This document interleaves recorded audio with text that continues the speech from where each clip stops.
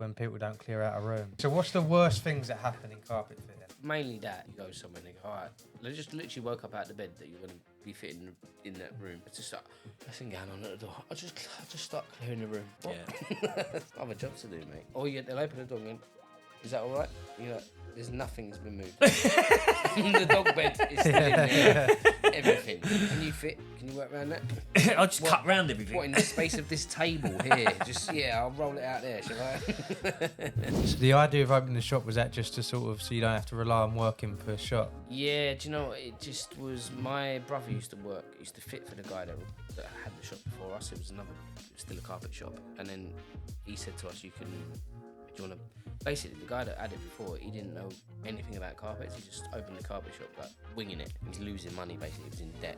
And then he goes, look, do you want to buy this business off of me for, first of all, he said 10 grand. And we were like, that's actually a really good deal. And then we ummed and ahed, because at the time I was a stoner as well. And then months later, he went, you can have it for 5 grand. And we were like, all right, yeah, there you go. It's a stupid thing not to take. I suppose the first time I earned money from comedy was my own gig I put on. That's about 6 months in. I just started putting on my own gig with that guy. That's what I'm saying to you, isn't it, to do your own stand up. It's the best way to get also more stage time to get to MC, to compare. Right, welcome to another episode of Off the Job. We have a very special guest. I knew he was going to say special. It's becoming a thing now where I say we have a special guest. There's a friend of mine, his name's Wilson Milton, and he's a carpet fitter. Friend, you say? Well, colleague. Am I supposed to look at the camera or? Can do. You do what you want, mate. Now. You carpet fitter and floor layer. Carpet and vinyl fitter. Vinyl fitter. He's not just a carpet fitter though, Pete. I Don't know. try and hide the fact that he's a better comedian than you. It's also a stand-up comedian. Yeah, he does a bit, doesn't you? You done loads, didn't you? Loads. What, carpets? Loads of carpets. Yes. So much shag 20 pile. years of carpets, mate. Yeah. So, Did you see the carpet in here when you walked in? was you looking at it thinking... Actually, the first time I've probably ever walked into a room and not looked at the floor, to be honest with you. Yeah, don't look. I was looking at the pipe work because you're lot of plumbers. Well, we're all taller than you and all, though, aren't we? Have you always done carpets? Since I was born, yeah. Fuck's sake, I'm gonna get you everything. I was born onto a shag pile. I'm not gonna ask any questions. I was No, conceived on a shag pile, born onto a shag pile. That's what Pete does to me. I ask a question, he would think of something comedy to come back with. Well, it's all in, it was written in the... Whatever, innit? Yeah, that's all. You're Since destined I was to be a born. carpet Do fitter. you know, I haven't always been... Well, I kind of have. I've been a carpet fit since I was 19, I suppose. But before that, I was... Drug dealer. I've dabbled. I've dabbled. I worked at Safeway's, a supermarket, for a bit. I was on the... I worked at Tesco's. Did you? Yeah, for a I'm bit. not sure which one of us is more scumbag. I didn't do the trolleys. I didn't do. I didn't wouldn't do be seen them. dead pushing a trolley, mate. No. Although Don Biz was the comedian, I don't even watch this podcast and think, I can't believe you slagged off the trolley pushing. I used to do I remember I used to think not to be but when you growing up where I grew up and you Remember, at it's the not time. about you, Pete. No, but I'm saying working in Tesco's, that's where I had to go and work for a bit, and I was a little bit bit embarrassed by it, a little bit with around my I wasn't peers. really embarrassed by it. I was. I asked to work nights specifically. No, I was embarrassed when I had to do work experience when I was in school at McDonald's. Oh right. That was embarrassing. I only done half a day. I got my lunch and went home. What'd you have? Free McDonald's. Yeah. Because my other schoolmates were coming in and they had what's so funny about that? They had suits on and that. I don't know where they were doing the work experience. Yeah. But I had a McDonald's hat and a, what I mean? It wasn't a good feel. It didn't feel good. I remember my work experience. Do you remember your work experience? Did you do Yes. work experience? I think it was just labouring. You always got the kid, right? I worked in a TV shop, right? And that was wearing a shirt and tie and whatever, right? Selling TVs, But you'd all meet up at lunchtime and all your mates, there'd be other kids coming with suits and stuff, and there'd always be that Your kid. mates were coming in to buy TVs. No, but we'd meet up like at lunchtime. But you'd always have that mate who'd go, "They're paying me." Do you know what I mean? Yeah. I'm getting 500 quid for this week. And you're all like, "Fucking hell, he's getting paid for his work experience." Yeah, don't say nothing. You're not meant to be doing it. And you think. So where do you say you worked in your work experience? I worked at a shop called Kelly's in Brentwood, and it used to sell TVs and fucking fridges and white goods. Did you get any sales when you were? Nothing. I went to work there after for it's quite funny actually thinking about this. I went to work there as a Saturday boy after, and I used to get paid £52 a month by cheque. So I had to wait for it to clear after a month as well, right? And I never ended up selling anything, obviously, because a lot of it was commission based. There's this other Saturday lad in there who'd sell loads, and he was really good at it, and I was just shit. And I remember one of them saying, "Are you actually going to sell anything, or do you just want to come out on the deliveries?" He's right. What he used to do is get in his transit van and used to like deliver the TVs, right?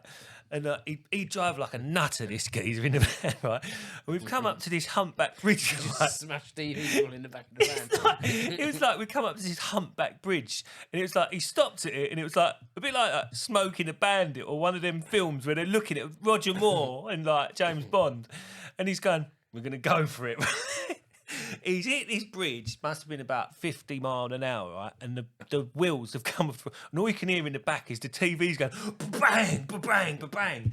And he's handbraked it, and he's gone, "I'm going to do that again." And we've turned up to this place with a TV, like, thinking, is it going to work? Do you know what I mean? But that's just like spurred my memory back to then. Fun, innit? But how did you get in the trade then? What made you become a carpet fitter?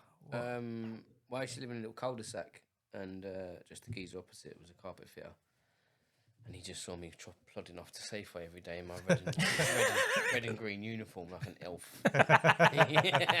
He felt terribly sorry for me. So, no, actually, my brother, his work experience was working with a carpet fitter guy over the road. He didn't have anywhere near as embarrassing experience as I did. And then when he finished his work experience, the guy said, "Tell your brother he can come work with me if he wants." So I just went with him. But he was a bit of a cowboy. So I spent a year with him, learned the basics and how to fuck up a job. yeah. And then I went with another guy that was actually really good, and he got all my bad habits out of me Right. for a couple of years, and then I went off on my own.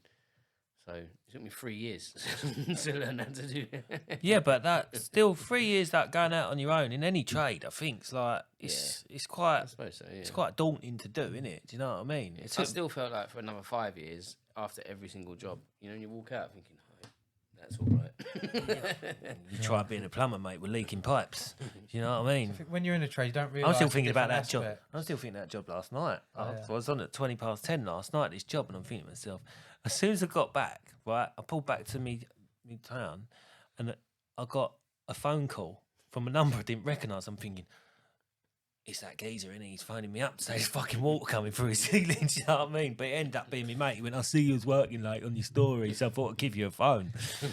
But yeah, it's still daunting, though, innit? Yeah. Like going out on your own and doing anything, I think. I suppose so, yeah. I mean, I don't really care for it much anymore, but I'm still Me doing it. neither. But Yeah. Because people, you don't realise until you're in the trade what different areas. Because if you're not a carpet fitter, you don't know what different areas are the hard aspects. Do you know what blows my mind is, like, I'll turn up to a house and there's a builder there, usually a Polish Eastern European geezer. He's done everything. He's done every single aspect of the house. He's built it all himself, but he needs me to come in Do the to carpet. fit the carpet. And I'm like, how come I can only do the one thing he can't do, but I can do nothing else? You know what I mean? What? I've got something this guy ain't got. He's built a whole house. It's crazy when you think about it, because not people. That's one thing people don't really try is fit a carpet. Yeah. But that just shows. Oh, you I've it's tried. Not easy to do. Yeah. Because people probably think, "Oh, it's an easy trade," but no one's doing it or trying it, so obviously it's not that easy. I tried to fit a bit of lino in my cloakroom downstairs. Went horribly wrong. Yeah, see, linos, you only get one cut on a lino. Yeah. You know what I mean, you can't. Which carpet, you can stretch it over a bit. We've got some line that needs fitting in here. Yeah, no, I ain't got my tools with me. Sorry. But yeah, no, I've never really, fucking. How's your knees? Oh, they're fucked as it goes, to be honest with you. Yeah. I'd like walk on a knee a couple of times, and then now, like I have to wear knee pads. If I don't wear knee pads, and even with knee pads on, sometimes at the wrong angle, there's like little floating bits of bone in there now. Yeah, that's the thing though. You are on them all the time, innit? I know we're on our knees, like plumbers are on our knees, but you are on them. You're just on them, innit? Yeah, sometimes I get home from work and someone will say, "Why don't you sit down?" I'm like, "Do you know what? I've been crouched over all day. I've been sat in a van, then on my knees. I like standing up, actually. It feels nice just standing." Would you say there's a lot of people going into the trade carpets, or would you say it's sort of not a? I don't think there is. Look, there's lots of old carpet fitters now. Yeah. There's very few young. I think a lot. I don't know. It must be the same with most trades, is it? Like a lot of young people. They want to do TikTok dancing, don't they? No, there's still a lot of young people coming through, but I think just different trades. I know a lot of older carpet fitters. Do you know what I mean? Carpet fitter seems to be like a lot of old people, man. Yeah. I don't know. My mate was a carpet fitter with his dad. Yeah. And then he ended up taking over like was it Carpet is it Carpet Express? No, not Carpet. There was one of them big main chains. Carpet. Not Right, Carpet Right. Corner, Carpet Giant, Carpet Heaven. That's my shop, by the way. Carpet Heaven, Ramsgate. And you got a shop as well, have you? Yeah. Got a shop. Me and my brother. Oh, So I've had that about 2 years now. how's it going? All right. It's difficult, I'll be honest with you. It was it's going lovely, and then it's just this, I don't know if it's the heat, the summer, the football's on, people are struggling for money, but just the last few months have been like fucking pulling teeth, man. Really? Like, yeah. And so much I'm like, I'm gonna have to go and do some fitting at another shop. Just Oh, so do you rely on your fitting off the shop now? I do now, yeah. When we first started for the first year, we was like we'd set our fitting what came in on Monday, Tuesday, Wednesday, or whatever, and I'd do a few other days at another shop just to keep the money coming in. Yeah. Whilst we built it up, and then it looked like we'd be all right now. So, to be honest, the truth was the other shop said you can't work for us anymore. Conflict of interest. So they sacked me off, and I just went there, and I thought it'd be fine. And then just the last few months, I'm like, I've jumped too soon. I need to. Yeah. Would you there's say? so much fault in it in running the whole business? It's easy being a fitter. You just turn up, someone else's pressure. Yeah. Fit the thing, go home, forget about it all. Yeah. That's like taxes, all of that stuff is so much going on, drumming up business continuously. Would you say majority of people, because like a lot of carpet fitters work for shops, don't they? Self-employed. Yeah. Would you say a lot of customers go in a shop, buy the carpet, and get the shop to fit it rather than find someone privately? Yeah, I think most people that come in are like Ask the shop to we fit need it it. fitted as well. Yeah. There are a few that, like yesterday, I done delivery and you could just tell that the geezer was going to fit it. But I think I pulled up and I thought, I reckon they're growing weed in this house. That's why they don't want me in there. One time I went to deliver a carpet. I think most people that are getting it fitted themselves are growing weed. So if you ever see anyone walking down the street with a carpet on their shoulder, they're also growing weed as well. I carried the carpet up into a block once. This geezer was really not the sort of guy you'd expect to be growing weed in his house, but suspicions are there. I was coming up the stairs and I was like quite heavy. I said, where do you want it? And he was like at the front door. No, that's fine. And I could smell weed. This guy's got something going on in that house, man. Yeah. Yeah. I'm not saying I recognise that smell, but No, me neither. I've never smoked it in my life. Ever. Would you say the private people more doing sort of bigger development? I thought he was going to ask if they were smoking weed then. Bigger development. Go on, I'm trying to get my head around because carpet's a different game. Like plumbers, everyone finds a private plumber and gets loads of quotes, but carpet fitters, it seems like a lot of people just use the shop to fit it. So I'm trying to think, if you wanted to become a carpet fitter that's not working for shops, what sort of work do you go for? Like, where is that work? do you know what, when I was working at other shops, my private customer base was just, I'd built that up from working for shops and then doing jobs for them and then just going, if you want me, just come through me straight away as my card. So I built up a little private job base like that. And I guess I guess you have to be working for a shop for. It's almost like you're tied to time. shops in carpet fitting because For a while you will be. residential people just go to a shop, don't they? Yeah. Although, like, so my niece gets me a lot of work. People posting in local groups, I need a carpet fitter. She'll just post my details in there. Yeah. And then they contact me like that. Because it don't work out too expensive going to a shop, does it? Not really, no. Although quite a few of my little private ones are like they've gone to a shop to get carpet, and then they just call me and go, "I've got the carpet. Can you come fit it?" Do you get? Here's the one for you. Do you get a lot of like plumbers or electricians phoning you up saying, "Can you come over and relay this carpet? Because we've got to take it up. Because we've got to put pipes under it." Blah, To blah, be honest, blah. I don't take calls from plumbers. So You did for me, didn't you? You only call plumbers when you need them. yeah, but you phone me on private number. Yeah. So. Yeah, not really. I mean, I couldn't have a plumber once. I went through a pipe, but it was at my nan's house, so it wasn't that bad. that's a weird. That's all right. It's my nan's house that's flooded. She's no longer with us now, so.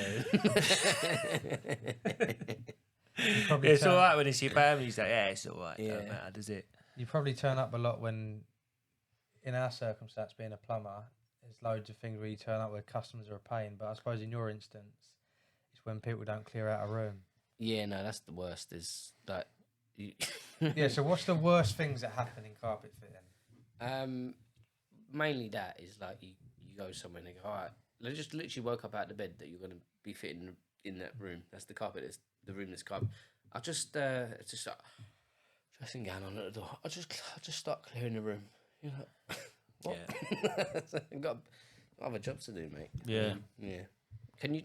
Oh, yeah. They'll open the door and go, is that all right? You're like, there's nothing's been moved. The dog bed is still in there. Everything. Can you fit? Can you work around that? I'll just cut round everything. What, in the space of this table here? Just, I'll roll it out there, shall I? That's mad, isn't it? Yeah, we get that sort of stuff, but like you are working that whole area, and you'd think they would actually move. You expect like a big, maybe there's a unit in the way, and they'll say, "I'll help you move this out one end, and then move it to the other end." I've done that with carpet fitters before, but not to fucking move anything. I think, it's just like what I learned from having that shop is that sometimes you're so desperate for the sale that you just don't want them to not buy the carpet and use your shop, so you just won't say anything about that. Yeah, but I was doing that at first, but the trouble was I was the fitter, so I was destroying my own fitting work. I was turning up and be like, the guy didn't tell you anything, did he? It was me that didn't tell him. I was doing both jobs. So do you have to get rid of the carpets as well? We used to, and then we just realised that was too expensive for us. So yeah, you see some horrible carpets. And, yeah, oh mate, yeah. That's another one of the worst things is turning up somewhere and they've had like 1 million cats in there or whatever. This is a recent one. I turned up. Wait, I'll tell you the whole story, right? So I was in the shop selling the carpets. This family came in, man, woman, child. They've come in, but I've just had a dump in the back toilet, right? So I've shut the door. Did you tell them that? I didn't tell them that, right? But they came in. There's this smell in the shop, and I'm like, oh, the door must be open. I turn around and the door's shut. I'm like, oh no, that isn't the smell. The smell is this family, brought the smell. You know, even when someone's house stinks of like they got cats, the cat litter. Yeah, it was on them. Like they were the cat litter. So they're there and they're asking me about all these carpets and that. So I've told them what they can get, booked them in for this fitting job. And initially I booked it in so my brother would go and fit it, so I didn't have to go around that house. Turns out somehow it got shifted around and he wasn't going. It was me going to fit the carpet. On my way there, I was thinking, you know what? If this house smells anything like they smell, I don't think I'm going to be able to do it. Right? And if it smelled like that when they were outside, I can't imagine what this house is going to smell like, right? And previously, before that now, I was on a job and I was spraying spray glue and this woman goes to me, you should wear a mask, right? So she's giving me like a proper sealed mask like this, right? Just blame COVID, so innit? Just turn up with a mask on. Yeah. So now I'm carrying that mask and I was like, right, I'm planning, this is how bad it smelled. I'm on my way to the job thinking, right, I don't think I'm going to be able to do the job. So I'm preparing all my excuses. And I thought, oh, that woman gave me that mask. Yeah, I'll go in, I'll put the mask on, and I just won't breathe. Yeah. Hold your breath. So I go in, I knock on the door, and I haven't got the mask on yet. She goes, hello. And as she opens the door, I'm like, I can smell it a bit. Right. So I go in, I just put my tools down, and I'm going to go and get something out of the van. Put my tools down. I go, like, all I've done is gone in, turn left. I'm on the staircase. I put my tool bag down there, and I just take a, not a big breath, little breath. Just. You need your own oxygen Like tank. your last breath. That's it. Just a little sniff. And as I done that, I thought, oh, I can't smell it, So I got the mask out my my thing, I put it on. I said, I'm just going to go out the van. And I went, got her underlay, come back again. All right, let me just try this now. And it smelled worse the second time I went in. Like it was, like it was suffocating me. Bad. I thought, oh, maybe I'll just go up the stairs and it'll be less bad up the stairs. It just got worse and worse every step I was like, and I ran out of the house. I went to the back of the house like this. It was that bad, right? Jeez. So then I went back to the door. I said, listen. So I don't want to be rude, but You go close to the mic, Will. oh yeah, so I don't want to be rude, but I don't know if anyone's told you this, but yeah, the house really smells of cat. Is that what you You said said to it them? to Yeah, she went, oh, no one's ever told us that before, and I felt like saying that's because they never came in the house.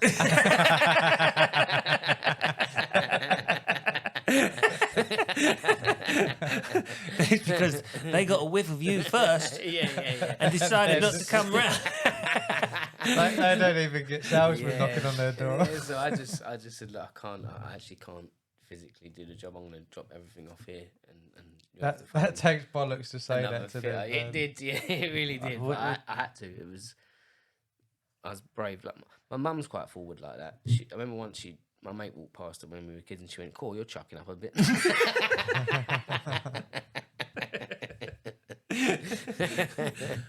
I mean, I've been in some like smelly properties and that, but yeah, taking up the carpet, yeah, it's not good, is it? No. It's not good, especially if they're soiled carpets as well. Yeah, no, it was Nah, that's not a bit of me. that was little dust particles floating about and that. I'm actually, You're inhaling I'm eating them. That. Yeah. You are, aren't you? You're I'm inhaling. full of people. Cats, dogs, smelly people. I'm the real Dr. Dolittle. So the idea of opening the shop, was that just to sort of so you don't have to rely on working for shops? Yeah, do you know what? It just was my brother used to fit for the guy that had the shop before us. It was still a carpet shop. Yeah. And then he said to us, do you want to, basically the guy that had it before, he didn't know anything about carpets. He just opened the carpet shop like winging it. Yeah. So his measuring was bad, everything was bad. So he kept messing jobs up and then having to pay for it out of his own money, and he's losing money basically. He was in debt. And then he goes, look, do you want to buy this business off of me for, first of all, he said 10 grand. And we were like, that's actually a really good deal. And then we ummed and ahed because at the time I was a stoner as well. And then months later he went, oh, you can have it for 5 grand. And we were like, all right, yeah, there you go. That's a stupid thing not to take. And it was just too good a deal to turn down. And then we thought, yeah, now we're going to get fitting money plus the profit money. Yeah. And it was working nicely for a bit, but yeah, it's a struggle the last It's few not months. as easy as it seems, is it? To It's run a not. business? No, another guy from a carpet shop I know. He's got his own shop. He said it doesn't. If you want it to end 9 to 5 like a normal job, it's you're not don't. gonna. That's not how it works. Would you want say it- because a lot of people go to like the bigger brands? I think so. They do go to the bigger brands initially, yeah. And our location is just like you got a town centre, and then you have to walk up the road like 300-400 yards past a load of residential houses. It seems like the town's finished. I think a lot of people don't even know it's there. It's a weird little spot. Yeah, it's all about the location, isn't it? A lot of the Yeah, time. if it was town centre, everyone would just see it all the time. But it's sort of a road that not many people use. I don't know. It's a weird. You advertising though a lot online and stuff like I that. do.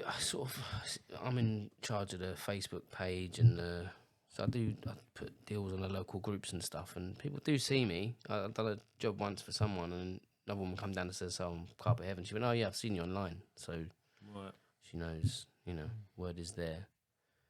But it's a lot of skint people in Ramsgate, man. That's the thing as well. There's a lot of skint people everywhere. It's a hard area, isn't it? Money's tight there, man. Yeah. Sometimes they do little giveaways of scraps. We've got little scraps of carpet that you think no one would even want, and the people just run to the shop for that. Yeah. Why do you think it's hard down that area? Because there's not much opportunity for jobs, or I don't know. I mean, there is more money coming down there because loads of people from London are moving down to that Margate, Ramsgate. Because the train links are quite good now, aren't they? You can get to London quick. Yeah, hour and 15, hour and 20 to St Pancras from Ramsgate. So, yeah, there is money definitely coming down, but the people that were there before, lots of them are really skint, man. Yeah. Loads of young parents and that, As Jeremy Carr was like, kids having kids.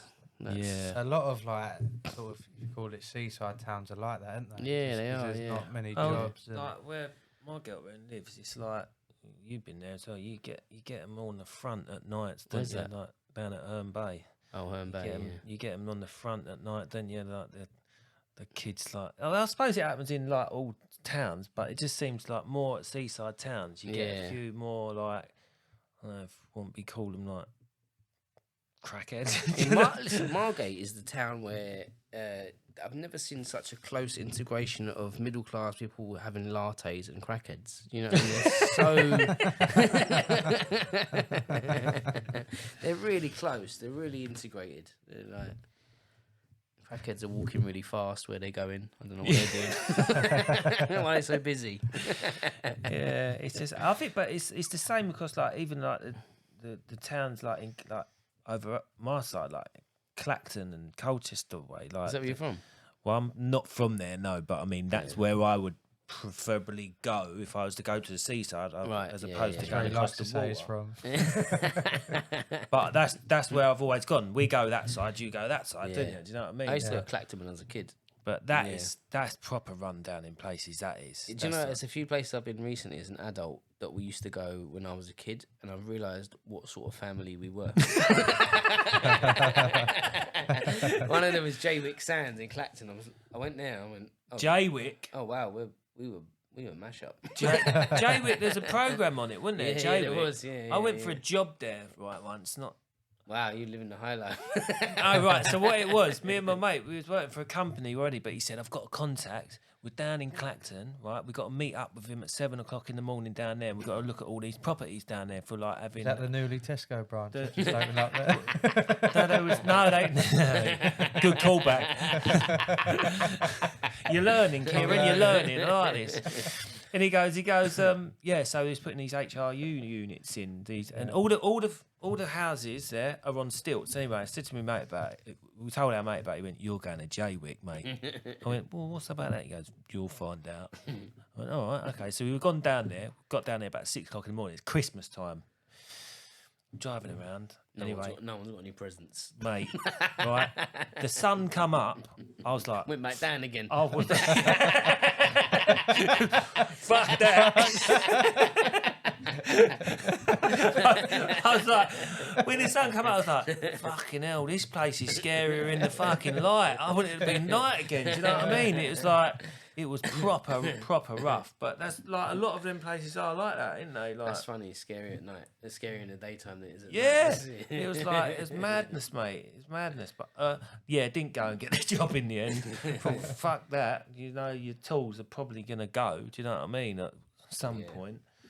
But, but like I say, I made a programme on that. Did you ever watch it? I didn't watch it, no. I think I caught glimpses of it. Mental. I know somebody...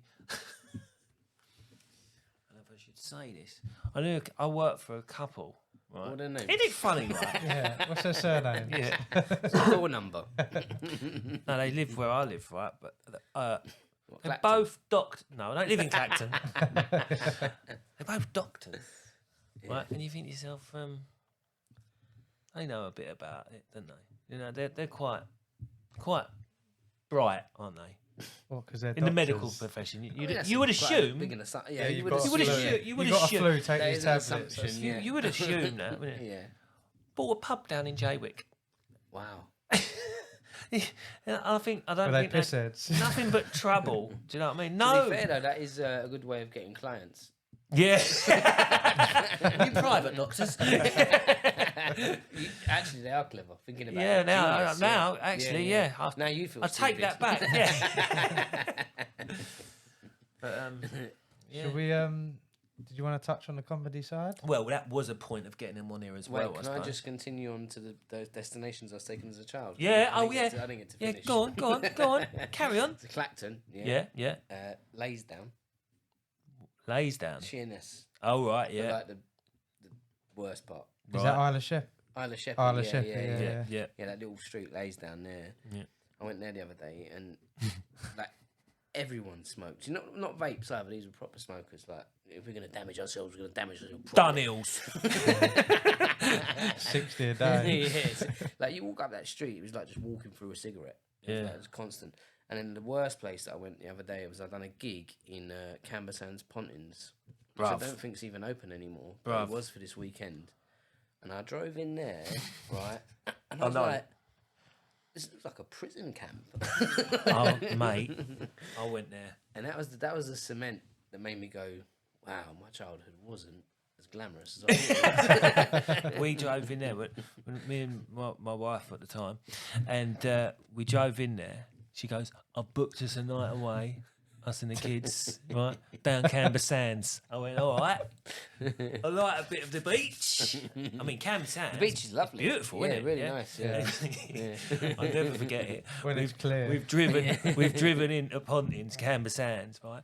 It's like an inner city slum. Like Do you it's know, flats. I felt safer on the council estate. I felt You know what safer in It was Hackney. like- Yeah. Yeah, no, it was. I don't think I've seen a worse council estate than that. It was bad. They're all drinking outside. That's the staff as well. She's gone. Oh my god! She's a little bit like. She was a little bit like. You know, She didn't know what it was like at all. No, she had no okay, idea. yeah, She was like, "Oh my god!" She's going. I don't know about this place. I went. What do you expect for 40 quid a night? Do you know? Free breakfast and dinner. She's opened the door, right? She opened the door to the chalet apartment, flat, whatever you want to call it. And as soon as they went to take a step in, that she see it, she went, put on your shoes, because they had bare feet, right? They would put the shoes on as soon as they lift up. The shoes would come off. It was that sticky. Do you know what I mean? It was filth. It was absolutely filth. And I remember, right, we went to the clubhouse where I think there was several fights breaking out at the time. And my kids are on there. Kids don't know, do they? Like you was blissfully unaware of it. That's right. My kids are having a lovely time on this little merry-go-round. And I took a video of my missus and I go, we're having a lovely time. We're having a lovely time. And I just panned to her and she's looking at me. But never forget that. Claudia done a bit on that. You know Claudia, don't you? Trentino. Yeah, she was on Yeah. here the other week. She used to do a okay. bit on Pontins because Oh, she'd right. been there as well. Yeah, It's like, yeah. fucking, yeah, Yeah, great.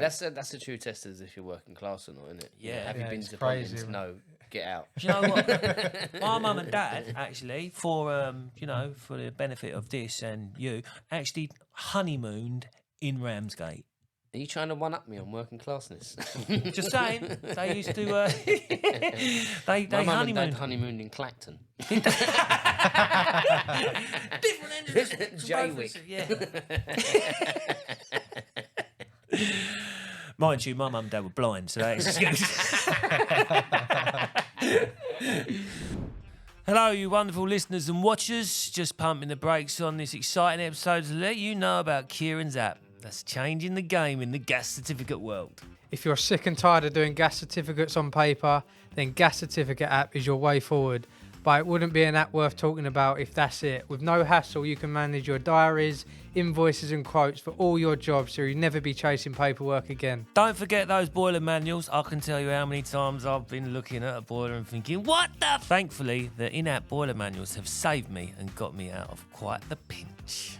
If it's helped Pete here, then Gas Certificate app will definitely help you, especially with its easy-to-use gas reg calculator and the extremely handy ability to duplicate certs. Brilliant for when you're doing your annual services on previous jobs. And for the icing on the cake, it has a complete offline mode. So if you're on a job in the middle of nowhere or servicing a boiler in the basement of a building with no signal, you've still got access to everything the app has to offer to keep you working hard. So click the link down below or in the description. Use the code POD30 to get 30% off yearly subscriptions. That's for all new users. That's POD30 for 30% off our yearly subscriptions for new users. Yeah, what? So we're going to touch on the... you wanted to touch on the comedian thing, did you? Go and ask him then. I couldn't really listen earlier when you was talking outside of the camera. Yeah. Outside of the camera, off camera. Go and ask him. Go and ask him. Go and ask him. So when did the comedy start? Good question. So, good When you was a When did baby it as well. Yeah, no. What, the actual starting of stand-up? Yeah, what made you get into it? What Well, I was, you know, made I was you think always... you was funny enough? I'm not going to start actually because I'll get started on it. Carry on, Kieran. Yeah, no, It's all do been you know, I noted. was always the class clown anyway, in general, just growing up. Yeah. And every parent's evening was the same. Oh, if he wasn't the class clown, he'd be a very bright boy. And I was already a very bright boy, that's why I was the class clown. But so I was doing that, and then I wanted to be an actor, get into acting. Basically, I was trying to avoid work my whole life, so that's... You sound exactly the same as me. Yeah, I was just trying really hard to not do any actual work. So went to college to do performing arts to get into acting, and one of the segments of the course was comedy, and then the tutor Carlos just explained how comedians become comedians once, and he said, "Oh, you go to like a pub or a club and do 5 minutes of comedy for free, and then maybe if they like you, they'll ask you back to, and they might pay you." And I was 18 then, and I remember thinking, "Oh, I want to try that one day. I don't think I'll be a career or anything, but I just want to try it once." And then when I was about 25, I lived around the corner from a comedy club, a really small comedy club in Forest Hill in South London, called The Hob. And I just saw the sign outside one day. It said new act night on a Monday. So I went to my mate's house. I used to spend a lot of time just back and forth, little one-liners on the sofa with him. And I said, "There's a new act night on down there. Let's go and have a look and see what the new acts are like. And if they're not very good, maybe we'll sign ourselves up, because I'll be full of confidence that I can be better than that." So I went and had a look, and they were all shit, because they were all new. We didn't know anything about how comedy worked or anything. I think I might have been on there that night. No, they were funnier than that.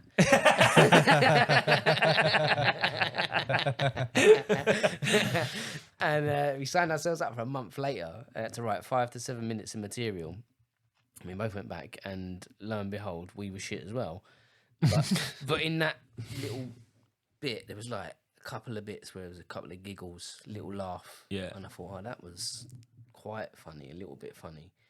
I'll say, I'll try that again. I'll work on that, get rid of that. Done it again, got a little bit better. And then on my third gig, I went to the Cavendish Arms in Stockwell, and it was just pure luck. I felt like I just rode a lucky wave, and everything I said was funny, and this laughter came back at me. Yeah. Just like 3 gigs in. I went home to my hippie dad and went, "Do you know what? There are no drugs like what just happened to me tonight." Yeah. And then the acting was out the window. I was like, I don't need to do that. This is what I'm doing. So that was it. I just kept open mics, little gig. Just kept working on what I was doing. That was not funny. That wasn't funny enough. That's not funny. That's an idea. That's just kept going and going and going. And then odd little paid gig here and there, 20 quid travel, whatever. Sometimes I'd drive to Birmingham for nothing. People in the family were like, "Well, you're going to drive to Birmingham for nothing? Not really a good career, is it?" Mate, you want to do it, didn't you? I drove from Birmingham the other day to Dover to do a gig for Adam, just to do a gig for 10 minutes. Yeah. And it was flat. I never met people like that before. Yeah, Like, it's weird because like as I was driving all those miles, it never really seemed like I was driving that far. It never felt like I was driving in a car for 4 hours. No. I was just going to a gig. Yeah. It was never like, oh, I have to do a 4. I'm just going to a gig. Yeah. I would never have driven 4 hours to fit a carpet. No. For money. No. You know what I mean? But that's the difference. That's Yeah. it. It's You've hit the it's nail your on the head. passion and you Yeah, and like that's it, how you I love knew. it, yeah. That's how I knew. That's what I love. You've hit the That's nail what on I the wanted head. to do. Right bang there, innit? Because I just wouldn't do it for any other reason. Yeah. I was happy to drive to Devon. You know what I mean? Pontins. And I not so happy, but still, yeah. And then I would say to people when they say, "Oh, you're going to do that for nothing," I say, "Well, it's not really for nothing. It's an investment, really. It's in my almost like a future." hobby as well. Yeah, I was At the- enjoying it so yeah. much that really it didn't matter, paid, not paid. And in the end, I knew that I was driving there to impress someone that would pay me eventually. Just like Carlos said in that class, they might ask you back and pay you next time. I've only just worked out that just now in my head. When I just said that, I thought, oh wow, that is what Carlos said.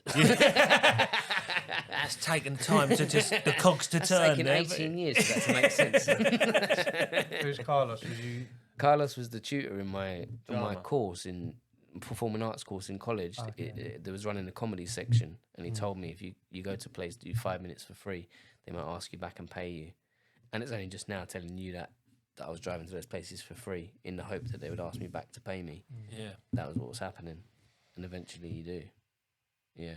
So would you say did that open your eyes up that you wanted to do it? Because it's hard to do full time, isn't it, comedy? Well, how long?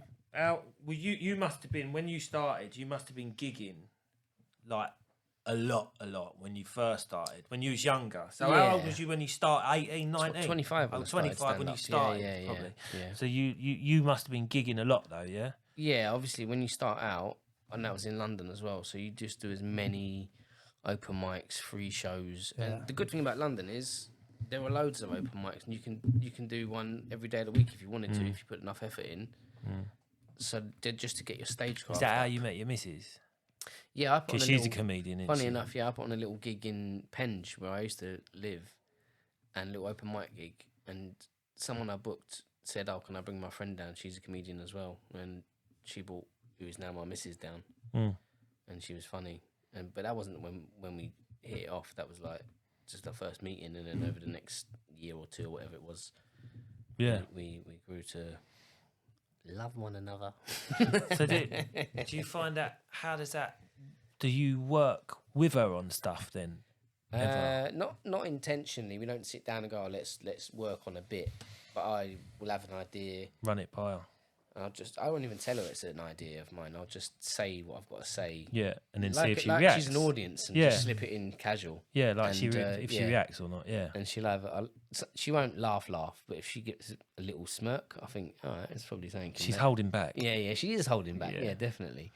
And then sometimes she'll say, you could just say this, and that'd be a bit. And she'll give me a little top up, maybe. Yeah. If she was sitting here now, she'd say, I wrote all your jokes for you. She didn't.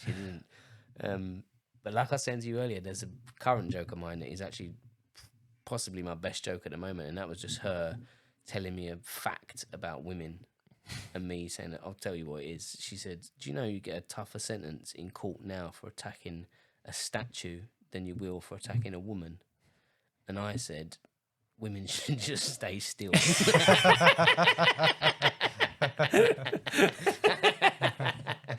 And she actually said, that's not funny. And I went, actually, that's very funny.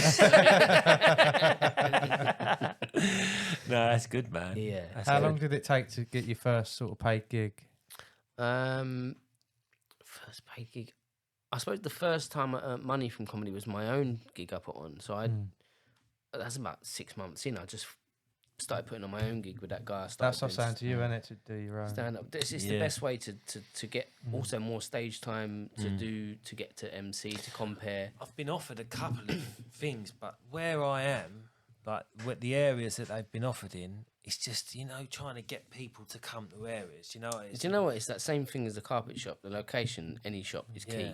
I know we said, like, we'll travel anywhere to do it. But audience won't. Yeah, No, audience no, won't. no. And not only that, you do get some comedians who just want to be in London. And if you're Yeah. outside of London, it's hard, especially if there's no lack of transport. Because a lot of comedians, I don't even noticed, don't fucking drive. That's unbelievable, isn't it? They don't. That blows my mind. How are you expecting to be I know. anywhere? I'm literally get anywhere. But right, I'm standing outside a gig. We went to this gig right the other week in it's in Soho, right? I'm talking to these two comedians outside, and they're going up the cab, right? And they're talking about whether or not to bump this one because it looked not great, and they said, "Oh, we go to the cab," right, sort of thing. Well, we're going to jump a train then. Like they're jumping, they're not even paying for tickets. This is how show this is. It's not even. That's how hard it This is. is how good it is. That's how much money there is in this game. And there's no money at this level at all, where comedians are actually just jumping trains. It's like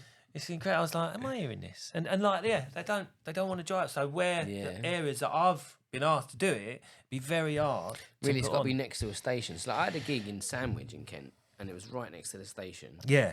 And I did, to be honest, she asked me to put on a gig, so then I just booked the act. She paid me money. She done all the promotion work, which is the best way to do it. But it was next to the station, so and it was within walking distance within the town, so all the locals could just walk there, walk home. And then I done another one just up the road at a place called Bay Point Sports Centre. Do you know that? No. Yeah, instant sandwich anyway. But it's no station. It's not in a town. It's like someone has to drive to get there. Yeah. And it was a real slog to sell the tickets. And when I finally did sell, I sold about 100 tickets. It was like this atmosphere was flat. Like we don't really want to be It was here. effortful for a minute. Yeah, one of us has had to drive and can't drink. So now you better be extra funny. Yeah, so location is key. If you can get somewhere that's like in a town that ain't got much comedy or stuff going on. I mean, it'd be if Ongar, where I live, right? That's where I live. Is that near Clacton? No, nowhere near Hey, Clacton. Brentwood. If that had it used to have a train station. If that had a tube station, it'd be banged out with like. So what you were saying, people are going to travel to come and see you? Not me personally, but other people I get on like Wilson. Do you know what I mean? You know, I had I trying to get Jeff Innocent for my gig in Ramsgate for ever since I started it 6 years ago. We'll never do it, right? I had a gig in Crystal Palace in London. First time I asked him, "Can you do this gig?" He went, "Yes." Like, spent 6 years trying to get you out there. He don't drive, does he? He doesn't need to. He No, does he don't. drive. He does Oh, drive. he does yeah, drive. But he doesn't need to. He's got so many offers. He'll probably and turn things up on his nearby. scooter though, You don't doesn't need he? to- Doesn't he? Turns up on his Yeah, scooter yeah. plays it, I think. Yeah, that's funny. Yeah. So how long you been doing it? 6 years. No, about 13 years now. Oh, my gig in Ramsgate that I run there has been going for 6 years. I started my own club in Ramsgate in 2018.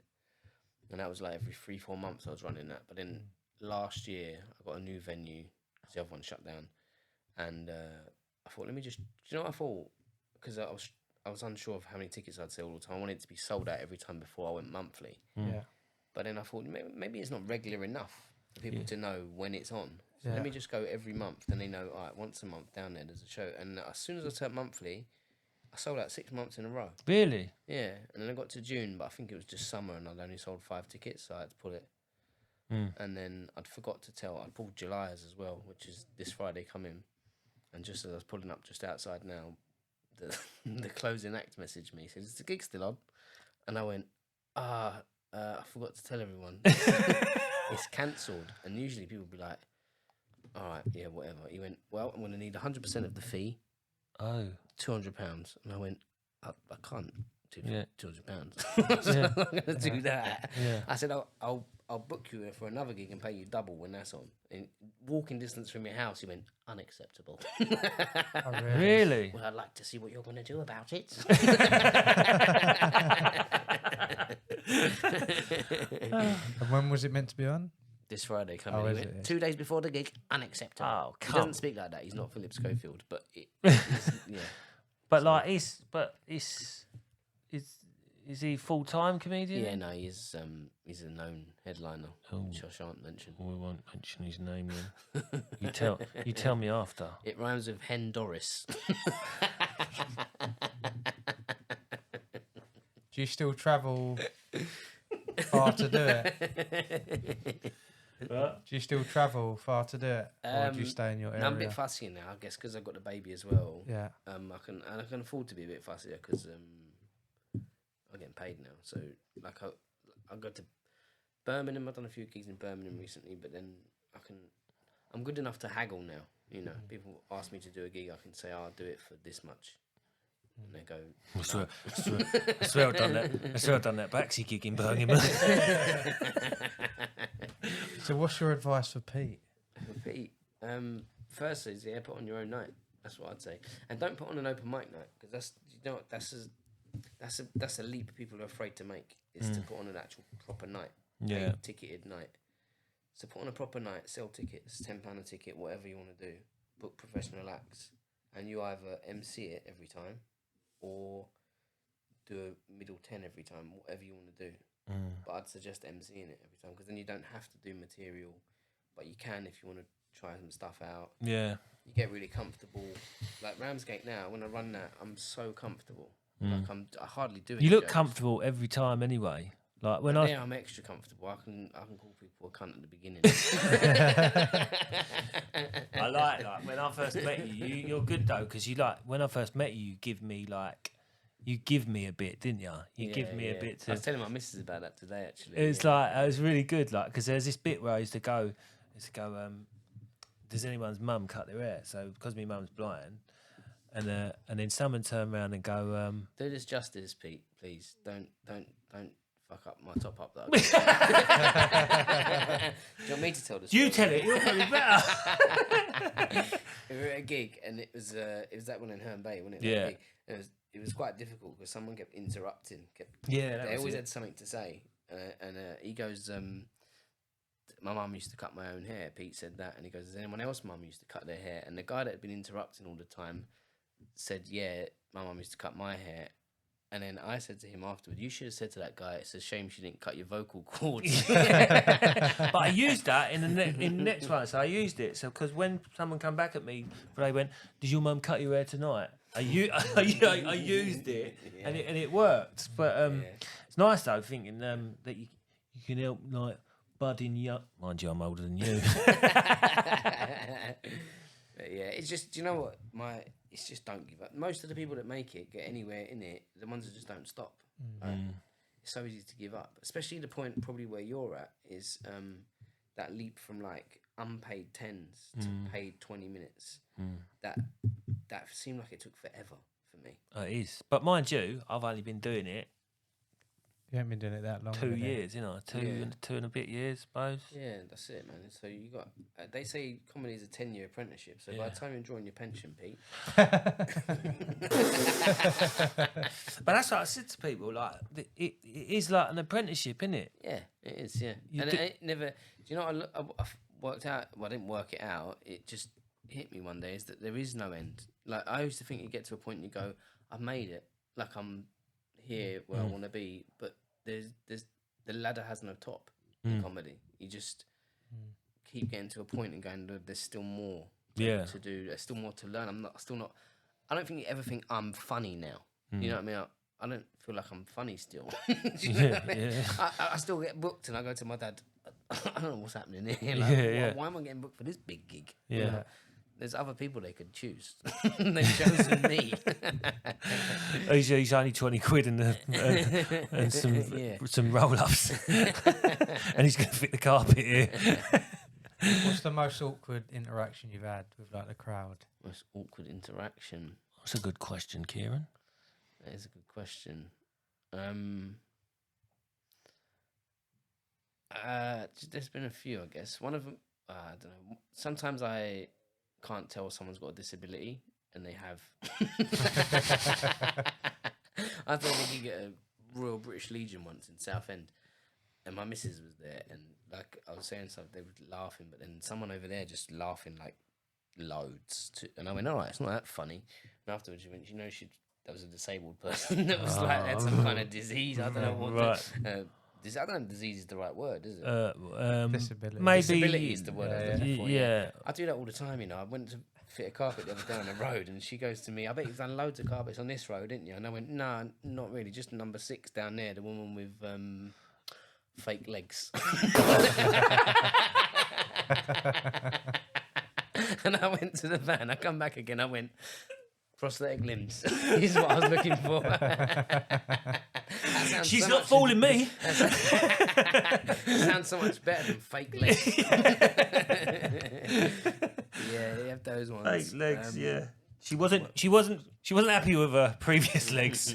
She wanted to give him a bit of an uplift. Yeah, you've heard of a boob job. Well, she had a leg job. Oh, mate, yeah. Apart from that, I guess just like off the top of my head, I done a gig in Luton a little while ago, and it was in Luton.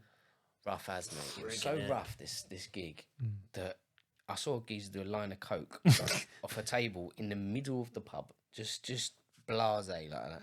I turned up and I thought, oh, it must be in like a separate room in this, because the screen was down, there was people watching football, there was no setup for comedy. Yeah. And I went, oh, where's the comedy happening? She went, there. I was like, what were those blokes watching football? Football finished, a few people watching that toddled off, and then guy turned up with one speaker and a microphone. So this is not looking good, man. And the MC was like struggling. They were going, we can't hear you, and they couldn't hear him because the mic was low and whatever it was, and he was just going, why are you lying for? The MC was accusing them of lying when they said they couldn't hear him. You can hear me. I was like, I don't think they can hear you. Anyway, I went on there, and that's the sort of gig where it was so rough and working class that they don't want to hear any jokes. They just want you to rip them to bits. Like it's that proper working class, take the piss out of us or nothing. Yeah. They don't want to hear any written stuff. So I started trying to do a couple of bits, and they weren't interested, right? And this is another fault. I say fault, it's probably a good thing. When things are getting tough, I tend to choose someone that's like the alpha male in the room and just create some kind of problem. You know what I mean? And there's this geezer walking about, like, he's a mixed race geezer, but he's big, and he's like strolling about the pub like that. And I went and I said, this is not in a racial way, but just in the way that he was walking. I said, look at you walking around like a silverback gorilla, right? Oh, Jesus. I said that, right? I thought, oh no, that sounds like not what I meant him to sound like, right? And I goes to him, what are you, like the alpha male in the room, right? And I goes, what do you do for a living? He goes, I stab people that take the piss out of me. Right? They got a little bit tense, right? And I goes, no, go on, what do you do? He goes, I drive diggers, right? And there was a little silence, and I went, I think I'm ahead of you. I said, and then you bury the people that you've killed. He went, yeah, and it was like a little joke. And then there was these girls at the front, so I go, what do you do to the girl? These are the sort of gigs I love in a weird way. Because you can go to a gig, say the jokes you've pre-written, everything lands, everyone laughs, you go this home. is like proper out But your you- comfort yeah, zone, but isn't it? I've heard it. You've all. heard it, you know it, There's yeah. no joy in it for me. No. You know what I mean? So these ones where I don't know what I'm going to say. I don't know what's going to come out of my own mouth. So when it does, I get to enjoy it as well. Yeah, right? yeah, that's So it, yeah. So I go to this girl at the front, what do you do? OnlyFans. And she went, nah, she was a black girl. She goes, nah, I've been there, done that.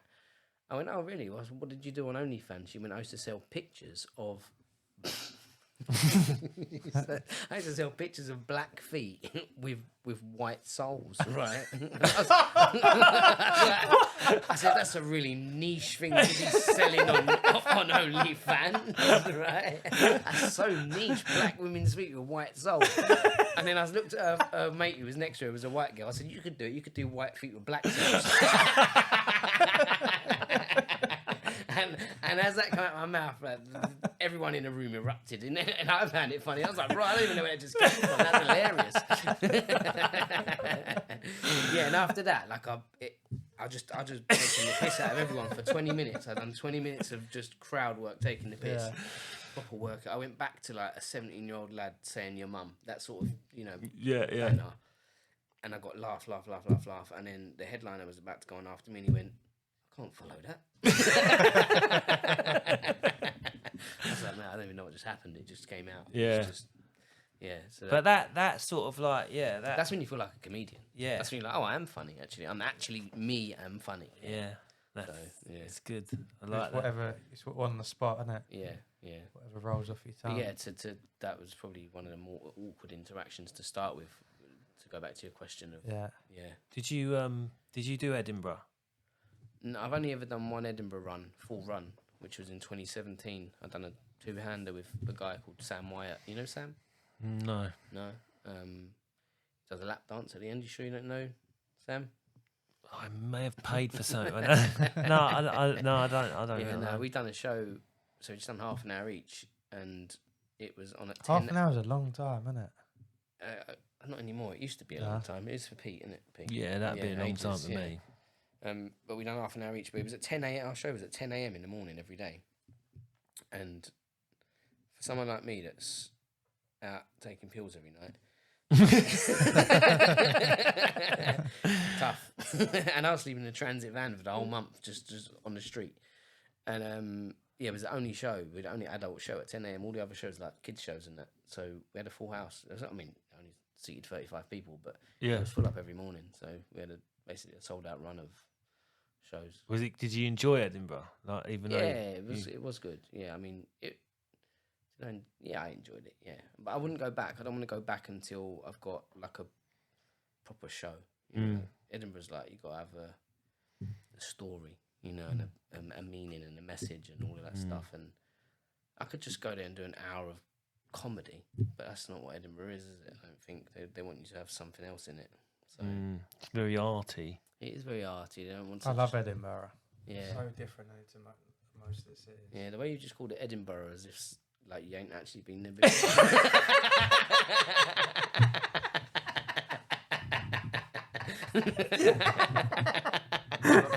I'm not going to ask any more questions. Yeah, I love Glasgow. I always say that. What did you make I'm of? from the United Kingdom. Let's ask this question then, because we've discussed it a bit on here. What did you make of the Baby Reindeer series? Did you watch it? I did watch it. I did watch it, and I just thought, now this is controversial opinion because it involves quite serious allegations and stories. And I just thought if he'd have just turned his own chairs round in the Edinburgh preview and not relied on that guy Darian to turn his chairs around to face the front, he could have avoided all of that.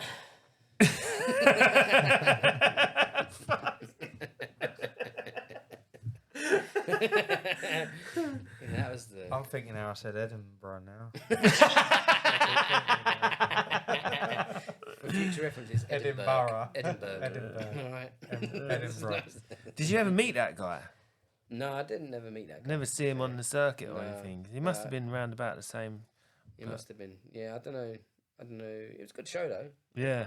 Good, Got everyone involved, didn't yeah, it? it did. Yeah. I've got a question. What's your proudest gig? Proudest gig. It's a weird because it's probably. I don't think I have a proudest gig. I have. Like you would assume it'd be the bigger gigs, the gigs where there's some, I don't know, status involved or a massive audience or whatever. But personal pride, it's those little gigs like I just described a minute ago. Weirdly enough, like just a shitty little pub where no one wants to hear jokes and you have to really dig in and You graft it. to get the laugh. Yeah, I've done a couple of those in just nothing areas of shitholes and just dug in and really gone back to my roots of who I am, how I'm funny, what's funny, you know, take the piss, working class humour of, it's all love really, but it's just banter. Yeah. And that's the thing. It's to the core, isn't it? Because that like, sort of stuff? Yeah. because comedy at the moment, it gets sort of like a bit of a bad rep, doesn't it? For like various reasons where people take things the wrong way, and it's like You can get away with a lot, though. you get offended, comedy. but You but can, certain yeah. people can, but it seems that other people can't, innit? Do you know? Yeah, I think it's you just have to be genuine. Like if people can see that you're, that's the thing. We've all got like an inbuilt detector as humans that knows when someone's coming from a good place or a bad place. And you can actually say, people say I can't say anything now. You can actually say anything, but it's just how you say it. It's Yeah. how you. I've got these bits where I do observations about Chinese people, Jamaican people, Indian people, because I grew up in South London, so I can do them. And for a while, I was really just explaining why it's okay to do them before I did them. And then I've done a gig called Comedy Unleashed. You know, Comedy Unleashed? I've heard of it. Yeah, it's sort of like a free speech comedy, I guess, where the audience know that they're there and they're not judging you. They're not. Probably thinking about it, it's probably the only public place that you can actually talk freely. Yeah, yeah. If you think True. about it, that you can actually get away. If you try and speak freely on social media, you can't get away with it. But yeah, social media is really hard to even. I was so in deep in social media lockdowns and stuff, in my opinions, and I just realised that no one's changing their mind in a discussion online. Nobody. No. But in real life, you talk to someone, like I said, you can feel someone's vibe, you can feel their energy. Yeah.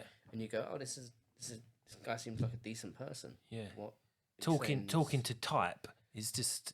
Yeah. It don't work. You kind of read stuff in the mood that you're in. Yeah. The energy that you've got. Exactly. You can take anything the wrong way. Yeah. There's no tone. So, you know. What was your question again? I feel like I went off piste. no, you didn't. It was your proudest. I am a proudest Gig. thing You gig. said Yeah. about the little gigs because it's. Yeah. In general, in terms of pride, I'd say like I've realised just actually no, my proudest gig actually one of them is recently I put on a gig in Crystal Palace, which was a event where I grew up. I grew up in Crystal Palace. I was there for 30 odd years, and then there was like a pub that got renovated, and there's a room upstairs, and I decided to put on a show there, and I sold 170 tickets. Sold it out. Got Jeff Innocent on big names. It was a really good show, and it went really well. Loads of people from primary school and people that I knew came along and loved it. Yeah. I was proud of that. I was genuinely proud of that. I was like, oh, that's the first one I've done. I sold it out, and it was a success. And I suppose that made me feel like I'm doing something in comedy. Yeah. Yeah, it's a big. Yeah, and then I've got another one booked in for September, and even though I went in the shop the other day, a little corner shop near my dad's house, and she went, "Are you the one that does the comedy?" And I went, "Yeah." She went, "Your dad's always talking about you." I was like, "Oh, he's nice, he's isn't proud of me." Yeah, that's nice. Yeah. So that's it feels good. Yeah, it's no, hard that is to get good. a bit mushy, but yeah. No, but it does give you pride, doesn't it? When you know that your loved ones really, Yeah. Because there's nothing worse when you've got people who are against what you're doing, who are meant to be your loved ones. You know what I mean? And or they'll be looking at it a different way, of calling you cringe and stuff like that. When you're trying to get through, a lot of us go for it. I don't know if it's just me, but No, it's true. Because I guess early on, he would have been one of the ones saying, "What, you're going to drive to Devon for free?" And now he's like, you can see why I drove to Devon for free. You can see the whole bigger picture of like, oh, you're just doing what you love now. That's it. Yeah. Really builds your confidence as well, doesn't it? Yeah. I sometimes get confused as to where I am when I'm at work fitting carpets, though. So I'll say to a customer, "What do you do?" And all of a sudden, I'm in Comedy compare mode. Do Yeah. you know what I Yeah. mean? They'll say something to me, and I'll go to do like a quick, and I But think, you- "Oh, no, don't." Don't say that. But do you ever Yeah. test bits on them like you do your missus? Yeah, I do. Yeah, secretly, Yeah. yeah, I do. Yeah, me too. Don't tell me to get out. But you've got no Do that water, to get me. out. Yeah. But that's been nice, isn't it? Yeah. Told you he was all right, didn't I? You didn't say that. Should I do an open mic one day? You give me the script. Scripts. We don't work scripts. Yeah, for the record, nothing we've said is pre-written in comedy. Okay, everything is improvised. Well, let people know what your Instagram handle is, Wilson. Yeah, so they can look you up on there as well. See what bits you're doing on there. Instagram is Wilson's Jokes, all one word, or Wilson Milton on Facebook.